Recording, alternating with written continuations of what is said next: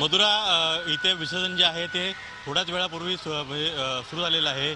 जे घरगुती गणपती आहेत किंवा इकडचे जवळचे जे मंडळ आहेत त्यांच्या गणपती बाप्पांना गिरगाव चौपाटीला विसर्जन केलं गेलं आहे.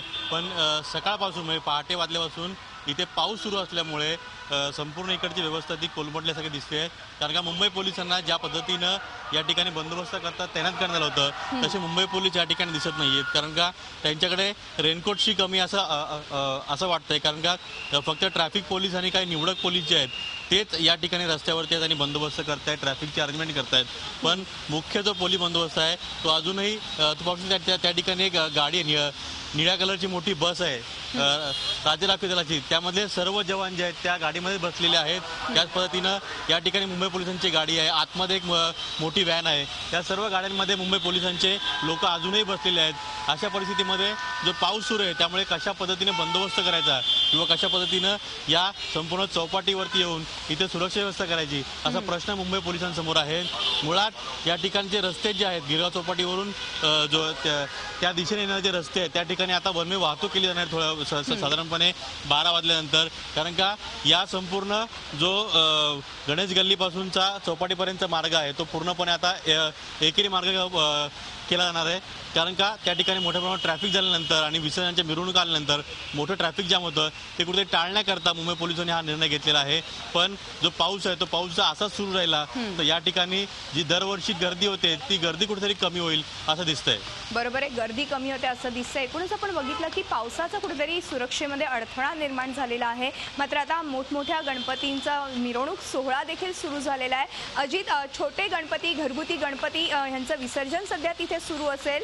भाविकांची काही त्याबद्दल चर्चा झाली का? सुरक्षा व्यवस्था कशी ठेवली आहे? त्याचबरोबर समुद्रात जाण्यासाठी कुठेतरी अटकाव करण्यात येतोय का?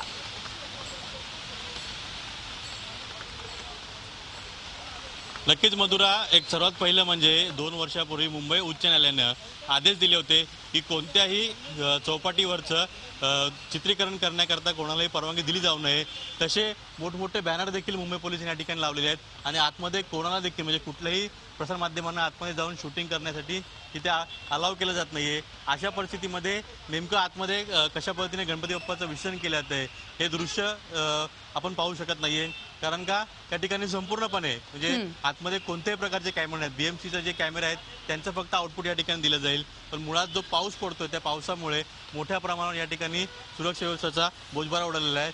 पाहू शकते गिरगाव चौपाटीचा गेट जो आहे त्या ठिकाणी ट्रॅफिक पोलीस आणि मुंबई पोलीस कसे रेनकोट घालून त्या ठिकाणी बसलेले आहेत. कारण का ज्या पद्धतीनं या संपूर्ण बीचवरती 3 ते 4 हजाराचा मॉब होता पोलिसांचा, सगळे जवान होते, त्यांना अजूनही गाड्यांमध्ये बसून आलेलं आहे. कारण का त्यांच्याकडे रेनकोट्स नाही असं दिसतंय.